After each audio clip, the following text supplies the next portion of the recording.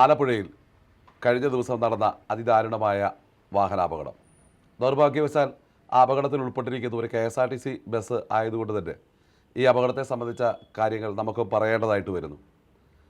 5 ചെറുപ്പക്കാർ, 19 വയസ്സ് പ്രായമുള്ള, നല്ല പഠനത്തിൽ അതീവ നല്ല നിലയിൽ പഠിക്കുന്ന മാർക്കുള്ള, റാങ്കുള്ള ചെറുപ്പക്കാരായിട്ടുള്ള 5 പേര് ഈ ലോകം വിട്ടുപോയിരിക്കുകയാണ്. ആ അപകടത്തെക്കുറിച്ചുള്ള വിശദമായ കാര്യങ്ങളെല്ലാം മാധ്യമങ്ങൾ ചർച്ച ചെയ്തുകൊണ്ടിരിക്കുന്ന വേളയിൽ മരണപ്പെട്ടവർക്ക് ആദരാഞ്ജലികൾ അർപ്പിക്കുകയാണ് ഞങ്ങൾ വെൽഫെയർ അസോസിയേഷൻ. ഏതായാലും ഈ മരണവും അപകടവുമായിട്ട് ബന്ധപ്പെട്ടുള്ള അടുത്ത കാര്യത്തിലേക്ക്, ഒരു വിവാദപരമായ ഘട്ടത്തിലേക്ക് കടന്നിരിക്കുകയാണ്. ഈ അപകടം സംബന്ധിച്ച് ആലപ്പുഴ സൗത്ത് SHO എടുത്തിരിക്കുന്ന കേസിൽ ഡ്രൈവറെ പ്രതിയാക്കിക്കൊണ്ട് FIR ഇട്ടിരിക്കുകയാണ്. ആ ഡ്രൈവർക്ക് മേൽ 281, 106 തുടങ്ങിയ വകുപ്പുകൾ ചേർത്തിരിക്കുകയാണ്.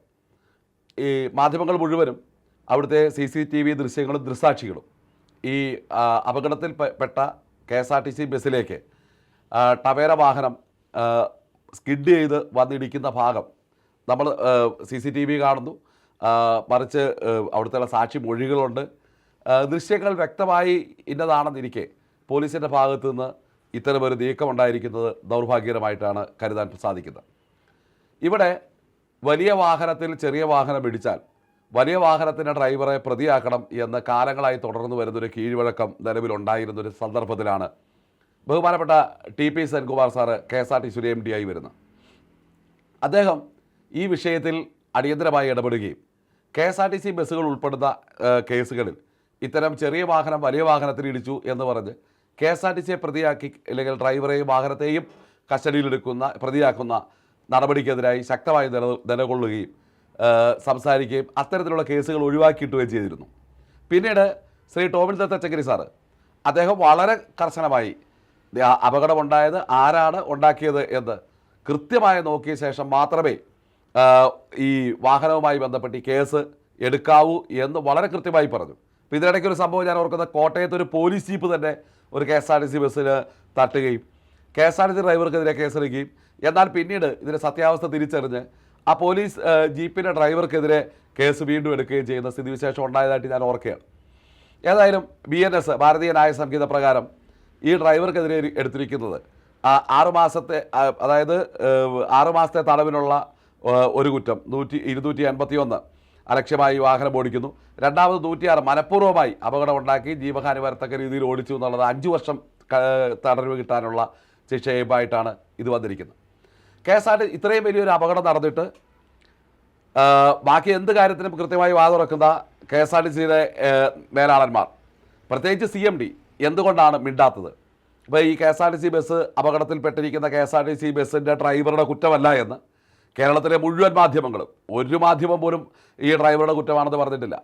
തെളിവുകൾ കൃത്യമായി സാക്ഷി പറയുന്ന ജീവനുള്ള തെളിവുകൾ നമുക്ക് മുമ്പിൽ നിൽക്കുമ്പോൾ KSRTC MD കുറ്റകരമായ മൗനം പാലിക്കുകയാണ് ഈ സംഭവത്തിൽ. KSRTC ഈ സംഭവവുമായി ബന്ധപ്പെട്ട് തികഞ്ഞ അനാസ്ഥയാണ് കാട്ടിക്കൂട്ടുന്നത്. ഇപ്പോൾ ഇതിനു മുമ്പ് ഒരു അപകടം മലപ്പുറത്തുണ്ടായപ്പോൾ ആ ഡ്രൈവർ 16 ദിവസം ജയിലിൽ കിടക്കുകയാണ് ചെയ്തത്. ഞാൻ ഈ നേരത്തെ തന്നെ ഒരു വീഡിയോയിൽ പറഞ്ഞിരുന്നു. അപ്പോൾ ഈ ആലപ്പുഴയിലെ അപകടവുമായി ബന്ധപ്പെട്ട് ഈ ഡ്രൈവർ കുറ്റക്കാരനല്ല എന്ന് വളരെ വ്യക്തമായി തെളിഞ്ഞിരിക്കെ, അവിടെ വീഡിയോ ദൃശ്യങ്ങൾ ഉണ്ടായിരിക്കെ ഈ FIR ഇട്ട് കേസ് ഡ്രൈവർക്കെതിരെ എടുത്തപ്പോൾ ഇതിനെതിരായി ഒരു അക്ഷരമിണ്ടാതെ മൗനവ്രതം, വായിലാ കുന്നിലപ്പൻ എന്ന് പറയുന്ന പോലെ മൗനവ്രതമായിരിക്കുന്ന KSRTC MDയുടെ നിലപാട് തികച്ചും തെറ്റാണ്. വഴിയെ പോയി കൈ കാണിച്ച ഒരാൾ നിർത്തിയില്ല എങ്കിൽ അപ്പോളേ മാധ്യമങ്ങളുടെ മുമ്പിൽ വന്ന് പറയുക. ഓരോ ദിവസവും രാവിലെ എത്ര പേരെ ഊതിച്ചു പിടിച്ചു, KSRTC ഡ്രൈവർമാർ മദ്യപിക്കുന്നു, ഇന്ന് അപകടം കുറഞ്ഞിട്ടുണ്ട് തുടങ്ങിയ പ്രസ്താവനകളുമായി മാധ്യമങ്ങളുടെ മുമ്പിലേക്ക് എപ്പോഴും കടന്നു വരുന്ന ബഹുമാനപ്പെട്ട മന്ത്രി എന്തുകൊണ്ടാണ് ഈ വിഷയത്തിൽ മൗനം പാലിച്ചിട്ടുള്ളത്? അദ്ദേഹം ഈ വിഷയത്തിൽ പ്രതികരിക്കുന്നത് ഞാൻ കണ്ടില്ല. അതുകൊണ്ടാണ് തന്നെ KSRTC ഡ്രൈവർക്കെതിരെ FIR ഇട്ടത് അദ്ദേഹം അറിഞ്ഞിട്ടില്ല എന്ന് ഞാൻ കരുതുന്നില്ല. അപ്പോൾ എല്ലാ കാര്യങ്ങൾക്കും ജീവനക്കാരെ കുറ്റപ്പെടുത്തുവാൻ വേണ്ടി മാത്രം മാധ്യമങ്ങളുടെ മുമ്പിൽ കടന്നു വരുന്ന ഒരാളായി മന്ത്രി അധപ്പതിച്ചോ? KSRTCയെ സംബന്ധിക്കുന്ന ഏത് വിഷയം ഈ ലോകത്തിൽ സംഭവിച്ചാലും ഞാനൊരു അക്ഷരം തുറന്നു വിണ്ടില്ല എന്ന് പറഞ്ഞ് സെൻട്രൽ ഫ്രഷിൻ്റെ പരസ്യത്തിന് അതുകൊണ്ട് ചുണ്ടര് സിബ് പിടിപ്പിച്ച് പൂട്ടിയിട്ടിരിക്കുന്ന നിലവിലാണോ KSRTC MD? അതല്ല, KSRTC MDക്ക് മുകളിൽ മറ്റേതെങ്കിലും ഭാഗ്യശക്തികൾ MDയെ നിയന്ത്രിക്കുന്ന തലത്തിൽ മന്ത്രിയുടെ ഓഫീസിൽ നിന്നും KSRTC പ്രവർത്തനങ്ങളെയും KSRTC MDയോ നിയന്ത്രിക്കപ്പെടുന്നുണ്ടോ? അവരുടെ മറുപടി കേട്ടാൽ മാത്രമേ KSRTC MD വാ തുറന്ന് പറയാൻ പറ്റുകയുള്ളൂ. ഈ ചോദ്യങ്ങളൊക്കെ ഞങ്ങൾ ഒരു ട്രേഡ് യൂണിയൻ്റെ ഭാഗമായി ചോദിക്കുക. ഇവിടെ ആലപ്പുഴയിൽ നിന്നും ഈ സംഭവവുമായി ബന്ധപ്പെട്ട് നൽകിയിട്ടുള്ള ഒരു പേപ്പറിൽ പോലും അവിടുത്തെ ഡേറ്റ് കൃത്യമല്ലാതെ തെറ്റിച്ചു കൊടുത്തിരിക്കുകയാണ്. അത് ഞാൻ നിങ്ങളോട് പിന്നീട് പറയാം. ഏതായാലും ഈ FIR-ൽ ഡ്രൈവറെ പ്രതി ചേർത്തിരിക്കുന്ന നടപടി അപലപനീയമാണ്. നിരപരാധിയായ ഒരു മനുഷ്യനെ ഈ FIR-ൽ പ്രതിയാക്കി ചേർത്തുകൊണ്ട് അദ്ദേഹത്തെ നിയമത്തിൻ്റെ കുരുക്കിലേക്ക് വിട്ട് അദ്ദേഹം താൽക്കാലിക ജീവനക്കാരാണ്, അദ്ദേഹത്തിൻ്റെ ജോലി നഷ്ടപ്പെടുന്ന സ്ഥിതിവിശേഷം ഉണ്ടാക്കുന്ന നടപടി കേരളത്തിലെ ജനാധിപത്യ കേരളത്തിൻ്റെ വ്യവസ്ഥിതിക്ക് ചേർന്നതല്ല. ഈ കൃത്യമായി അന്വേഷിക്കാത്ത രീതിയിലുള്ള ഇത്തരം FIR ഇട്ടതിനെതിരെ അതിശക്തമായി വെൽഫെയർ അസോസിയേഷൻ പ്രതിഷേധിക്കുന്നു. അടിയന്തരമായി ഈ കാര്യത്തിലുള്ള എല്ലാവിധ നിയമസഹായങ്ങളും വെൽഫെയർ അസോസിയേഷൻ ഈ പ്രസ്തുത ഡ്രൈവർക്ക് വാഗ്ദാനം നൽകിയിട്ടുണ്ട്.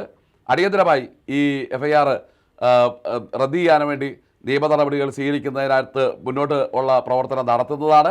ഏതായാലും KSRTC മാനേജ്മെൻറ്റ് ഭാഗത്തുനിന്ന് ഈ അപകടവുമായി ബന്ധപ്പെട്ട് ഉണ്ടായിട്ടുള്ളത്, ഈ അപകടവും നല്ല ഏത് അപകടവുമായി ബന്ധപ്പെട്ടും ഇത്തരം നിരുത്തരവാദിത്വപരമായ പ്രവർത്തനങ്ങളാണ് നടത്തുന്നത്.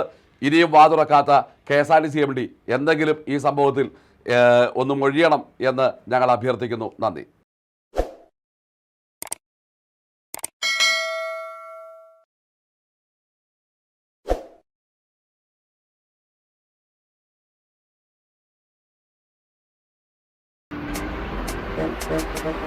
Thank you.